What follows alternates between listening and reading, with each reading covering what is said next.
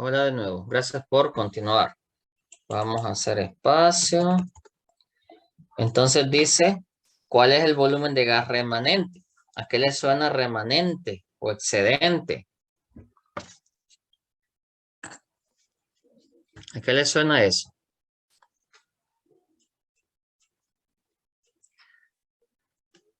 ¿Qué sale? ¿A qué le, ¿Mm?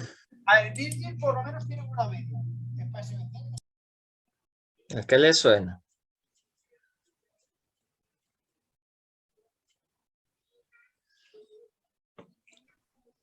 Ah, Reserva. reactivo. Reactivo limitante. Vamos a sacar los moles de cada compuesto.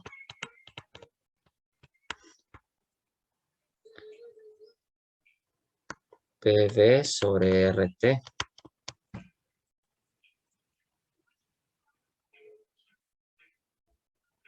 Dice aquí, vamos a ver. ¿Qué masa de cloro se formó cuando una... Ah, aquí. Olvídenlo, ahí están las cantidades. Se formó cuando una mezcla de 73 gramos de amoníaco con una masa igual. No olviden, iba a sacar moles, no es necesario. No había leído. Pero sí los ocupo. Solo que no tengo que usar la ecuación del gas ideal. Simplemente voy a agarrar 73 entre 17. Perdón, entre 36.5. Y los moles de amoníaco van a ser 73 entre 17. ¿Cuántos moles tengo?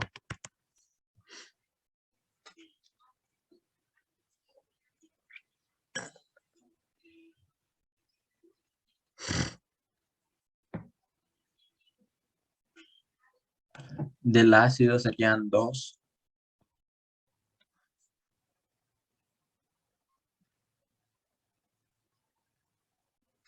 En el otro sería 4.29.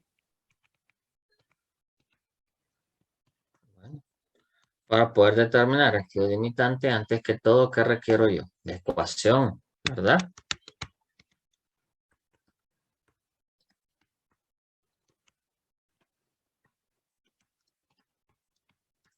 Esto es sólido, esto es gas, esto es gas. ¿Puedo sacar los moles de cloruro de amonio con la ecuación del gas ideal?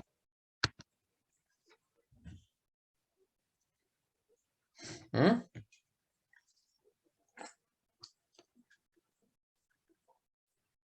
Sí, porque es un gas. El cloruro de amonio es un gas. Ah, no, está sólido. Sólido, Es ni me sólido. ocurra, porque de un solo les pongo X, ni lo reviso. Ahora, ¿está balanceada o hay que ajustarla? Cuenten y díganme el coeficiente si toca. Está balanceada. ¿Está balanceada? Perfecto. Sí, Bueno, cheque, entonces vamos. Voy a calcular el limitante recordando como siempre lo calculamos.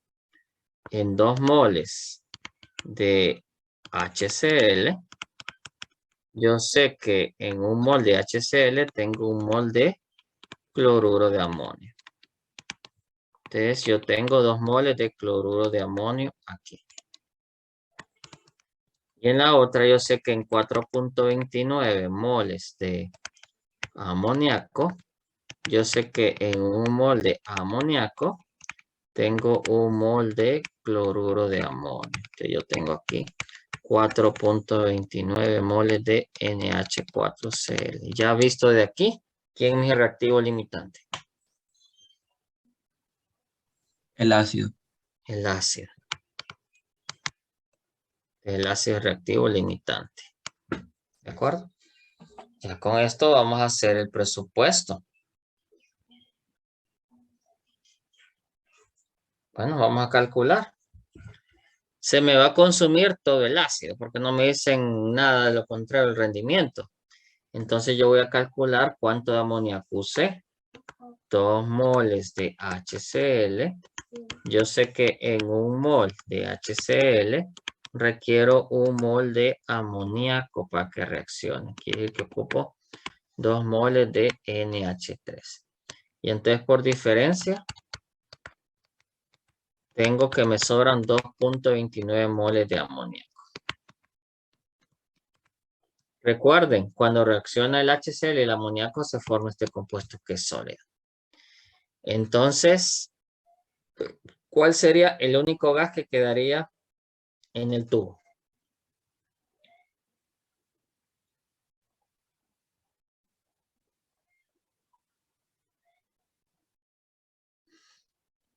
El amoníaco. El amoníaco. Entonces ya con eso yo puedo hacer el cálculo que me piden.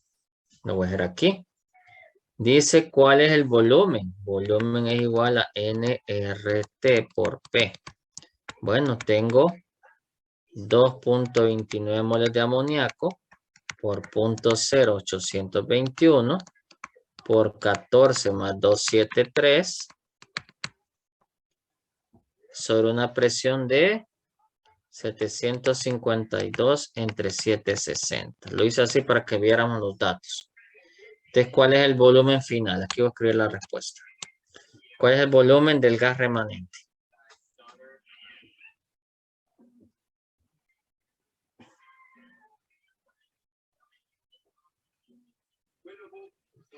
Que técnicamente va a ser el volumen del tubo, ¿verdad? ¿Cuál es el volumen del gas remanente?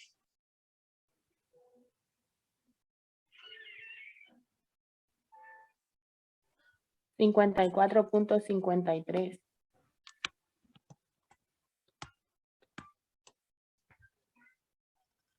¿Qué tubo más grande?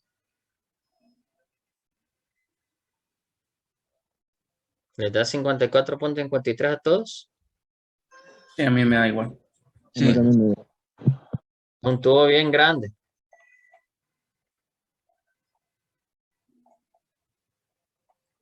Dice aquí, una muestra de zinc metálico produce con un exceso de ácido clorhídrico la siguiente reacción: cloruro de zinc medio acuoso e hidrógeno gaseoso. El hidrógeno gaseoso generado es recogido sobre agua a 25 por medio de un dispositivo semejante al de la figura 5.15. Ya les voy a ir para la figura 5.15.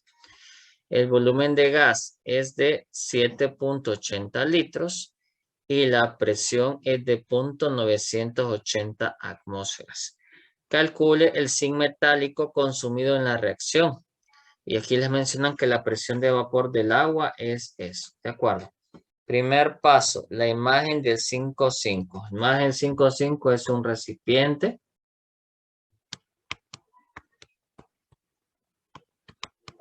Aquí tiene un tubo. Aquí hay agua. Y esto estaba hasta el tope con agua. Y yo vine y antes de colocarlo puse aquí una manguerita y aquí había un frasco donde yo hice la reacción de zinc con HCl. Aquí me quedó en solución acuosa el cloruro de zinc. Pero el hidrógeno burbujeó. Las burbujas subieron aquí. Y lo que hicieron fue desplazar agua. Bajaron agua. Porque ellos ocuparon su propio espacio. Y determinó a alguien que aquí la presión era 0.980 atmósferas. Y que eso tenía, bajo con medidas o algo, 7.80 litros. Al final siempre hablamos de un gran tanque de oxígeno, un gran tanque de la reacción. ¿De acuerdo? Ahora yo pregunto, ¿cómo sería este ejercicio? ¿Cuál es el concepto de gas recogido en agua? ¿Cuáles son los conceptos y las ideas que tengo que tener para un gas recogido en agua?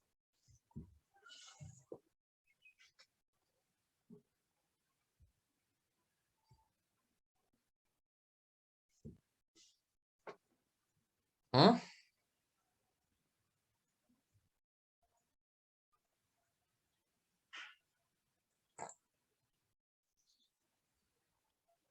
Gas recogido en agua.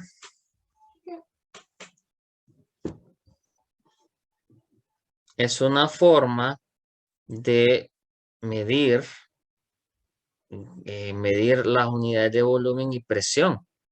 Usualmente la medida de presión se puede utilizar una fórmula que es ρGH, que eso lo van a ver en mecánica de fluidos, que es la presión hidrostática, o simplemente este equipo aquí tenía conectado un manómetro y les marcó la presión.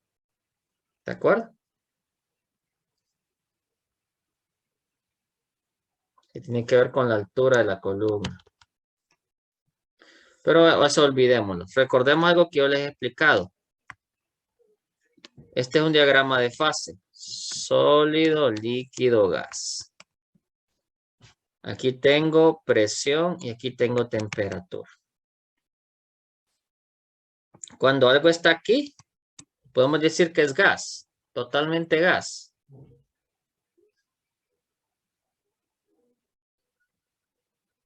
¿Me escuchan? Sí. Cuando algo está aquí, podemos decir que es líquido. Totalmente líquido. Sí. Bueno. Ahora sucede que cuando algo cae en estas líneas,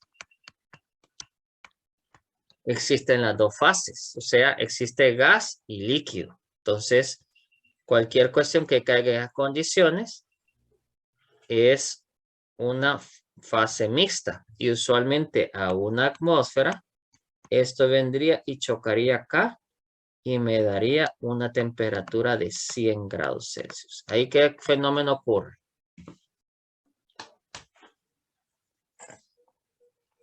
¿Qué fenómeno ocurre así para el agua?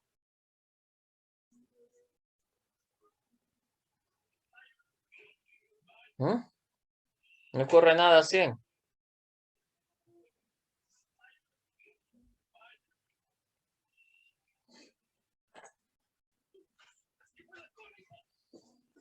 Rápido, no hemos terminado este ejercicio, ya no acabó el tiempo. ¿Qué ocurre así para el agua? Se evapora. Ebulle.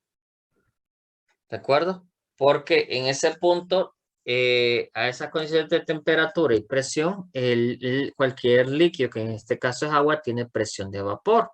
¿Y qué es presión de vapor? Que el agua superficial aquí tenía la temperatura ambiental que le permitió que moléculas de agua escaparan,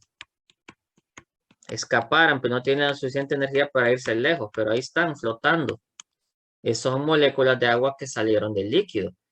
Pero como este es un equilibrio constante, moléculas de agua van a chocar aquí, regresan, y eso hace que moléculas salen, se establece un equilibrio de vapor.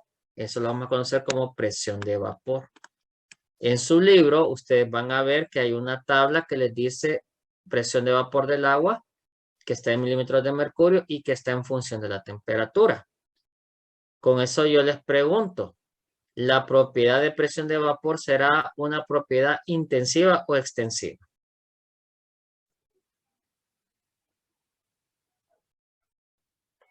Dependerá de la cantidad de masa. Si yo tengo un vasito de agua y tengo un garrafón grande, tendrán presión y las tengo en el mismo cuarto, o sea, están a la misma temperatura. ¿Tendrán la misma presión de vapor o tendrán diferente dependiendo de la cantidad de agua que tengan?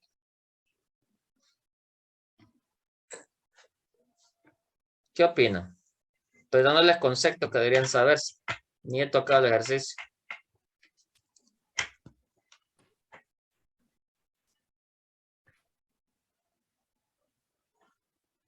¿Qué opinan?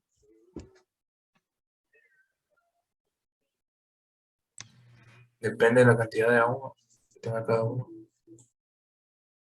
La presión de vapor es una propiedad intensiva. Si está a la misma temperatura y condiciones ambientales, la presión de vapor va a ser la misma en este vasito de agua que en este garrafón que tiene. ¿De acuerdo? Si están a las mismas condiciones.